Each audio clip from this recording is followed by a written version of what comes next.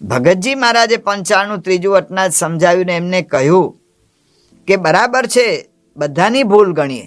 અક્ષરપુરુષ સ્વામી તમને બોલી ગયા એની એ ભૂલ, પછી ધારો કે ઓલા સદગુરુ સંતોએ તમારો પક્ષ ના લીધો એની એ ભૂલ, આ બધી ભૂલો આપણે ગણીએ.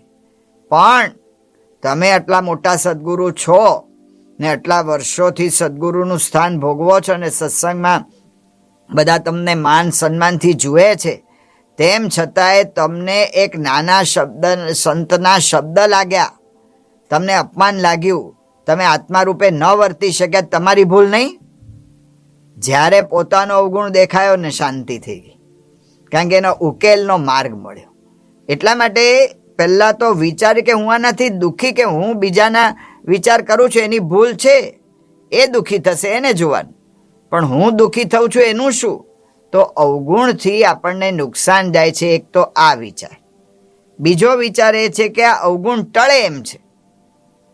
આ સત્સંગ, આવા ભગવાનને આવા સંત મળ્યા છે, એની જે પ્રાપ્તિ થઈ એનાથી અવગુણ આપણો ટળે. જોથિયો પટઘર, કેટલો ક્રોધ હશે તે રાતના એવી રીતે લઘુપાણી કરવા માટે, પેશાબ કરવા માટે રાતના ઉઠ્યા અને એમાં ગાડું ભટકાયું, તે ગાડાને બટકું ભર્યું. લે, કેટલો ક્રોધ હશે! પરાકાષ્ઠા પર ક્રોધ કહેવાય. તો ગાડાને બટકું ભરી દીધું. તો આવા હતા, પણ મહારાજની આગળ સાધુ થયા અને નક્કી કર્યું કે માને આવા ભગવાનને આવા સંત પ્રાપ્ત થયા છે, એમને રાજી કરવા હવે મારે આ સ્વભાવ નથી રાખવો. તો મહારાજે એમનું નામ નિર્માનાનંદ પાડ્યું અને એનો ક્રોધ સાવ ટળી ગયો. જો આ ટળી શકે છે, આ ભગવાનને આ સંતની પ્રાપ્તિ થઈ છે ને, એટલે ગમે એવો અવગુણ હશે જશે.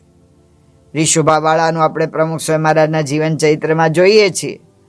તો રીશુભાવાળા આમ બીજી બધી રીતે પરગજુ માણસ, પણ એમને દારૂને એવું વ્યસન હતું, તો સ્વામીના વચને મૂક્યું અને ટળી ગયું. અને અત્યારે જરાય ઈચ્છા ન થઈ. અત્યારના જ પ્રસંગ જોઈએ, પરમ પૂજ્ય મહંત સ્વામી મહારાજ, તો ઓલા બબ્બલ સાહેબ હતા, આમ દિગ્દર્શક છે પોતે મુંબઈમાં, અને સિગરેટનું વ્યસન, ચેઇન સ્મોકર. પણ મહંત સ્વામી મહારાજની પાસે લાવ્યા અને ત્યાં સંકલ્પ કર્યો અને સ્વામી એવી દ્રષ્ટિ કરી તો એનું વ્યસન ટળી ગયું ને. ટળી તો ગયું, પણ અત્યારના એને કોઈ બીજો સિગરેટ પીતો હોય તો એને એલર્જી થાય છે. જો આ થઈ શકે છે. આ ભગવાનને આ સંત મળ્યા છે એટલે ગમે એવો આપણો અવગુણ હોય એ ટળી શકે છે, નક્કી છે. અને ત્રીજો શું વિચાર? કે પ્રાપ્તિનો વિચાર. સૌથી મોટો મુખ્ય વિચાર આ છે કે પ્રાપ્તિનો વિચાર. 2009માં પરમ પૂજ્ય મહંત સ્વામી મહારાજે યોગી ગીતાની પારાયણ કરી હતી ત્યાં નૈરોબીમાં, અને નૈરોબીમાં પારાયણ કરી ત્યારે સ્વામીએ એની શરૂઆત જ આનાથી કરી કે આખી દુનિયામાં બધા જ વાત એમ કરે છે કે નો થાય સેલ્ફ, પોતાની જાતને ઓળખો. તો પોતાની જાતને આપણે શું ઓળખવાની? સ્વામી કે આપણે કયા ગુરુના શિષ્ય છીએ, આ ગુરુને, આ ભગવાન આપણને પ્રાપ્ત થયા, આપણા પર કેટલી મોટી કૃપા થઈ છે અને આપણે એના યોગમાં આવી ગયા, એ આપણે આપણી જાતને ઓળખવાની છે. આપણે આપણી જાતને બીજી બધી રીતે ઓળખીએ, આપણા અભ્યાસની રીતે ઓળખીએ, આપણા નામની રીતે ઓળખીએ, કદાચ કોઈકની કંઈ જ્ઞાતિની રીતે કોઈક ઓળખે, એ બધું તો છે. પણ મહંત સ્વામી મહારાજ અહીંયા કહે છે કે આપણને આ પ્રાપ્તિ થઈ છે, એ આધારે મારે મારી જાતને જોવાની છે કે હું આવા ગુરુનો શિષ્ય છું, આવા ગુરુની મને પ્રાપ્તિ થઈ છે. જો આ વિચાર કરીએ તો બધું ટળી જાય. આપણે વાત સાંભળીએ છીએ કે રાણી વિક્ટોરિયા હતા, એ વિક્ટોરિયા રાણી, એણે પોતાને નાનપણમાં, બાળપણમાં બધી રમત ગમતને એ જ બધામાં રસ પડતો હતો ને કંઈ આમ સિરિયસ નહોતા થતા. હવે આને તો ભવિષ્યમાં ખૂબ બ્રિટિશ રાજ સંભાળવાનું, સિરિયસ ના થાય એટલે શું કરવું? તો એના શિક્ષિકા બેન હતા, એણે પ્રયત્ન એવો કર્યો કે પૂર્વે જે રાજા અને રાણીઓ થઈ ગયા હતા એ બધાના પુસ્તકો એના ટેબલ પાસે, ટેબલની ઉપર મૂક્યા, અને ટેબલની ઉપર મૂક્યા ને નીચે એનું પોતાની નોંધ મૂકી. તો બધી ટેબલ પરથી આ વિક્ટોરિયા નાની છોકરી બધું જોવા માંડી, અને જોતા જોતા એને ખ્યાલ આવ્યો અને બધા રાજાઓએ કેવું કાર્ય કર્યું છે, આ પૂર્વે જે બધા રાજગાદી પર બેઠા એણે કેવું કાર્ય કર્યું છે.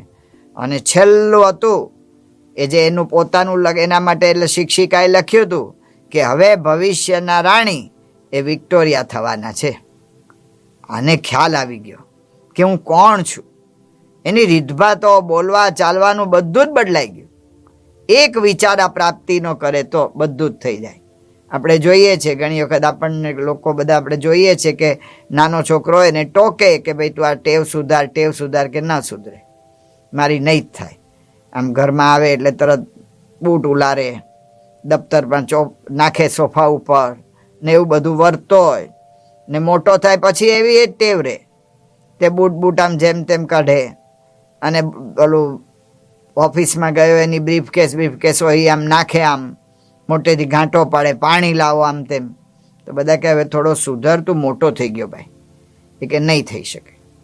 કેમ કે મને નાનપણથી આ ટેવ પડી ગઈ.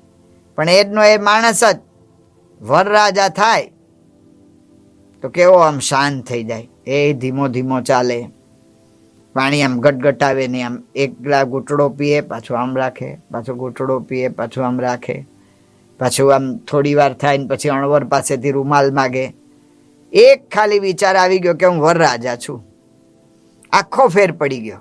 એમ મને પ્રાપ્તિ કોની થઈ છે? આવા પૂર્ણ પુરુષોત્તમ નારાયણ ભગવાન સ્વામિનારાયણ અને આવી ગુરુ પરંપરા, આની પ્રાપ્તિ થઈ છે. એનો હું શિષ્ય છું. અને એ વિચાર જો રે તો એના બળે કરીને અવગુણ માત્ર ટળી જાય. આપણા અવગુણ માત્ર ટળી જાય. જેમ કોઈક શત્રુ આવ્યો હોય ને આપણે લાકડીને બળે કરીને એને મારીએ, જેમ આપણે ખાડામાં પડી ગયા હોઈએ પણ દોરડાના બળે કરીને ઉપર ચડી જઈએ, એમ આ ભગવાનને આ સંત, એની સ્મૃતિ, એના મહિમાએ સહિત સ્મૃતિ કે હું આવા ભગવાનને, આવા સંતનો હું શિષ્ય છું. આનું જેટલું મનન ચિંતન થાય, આનું જેટલું અનુસંધાન રહે, એટલા અવગુણો ટળી જાય.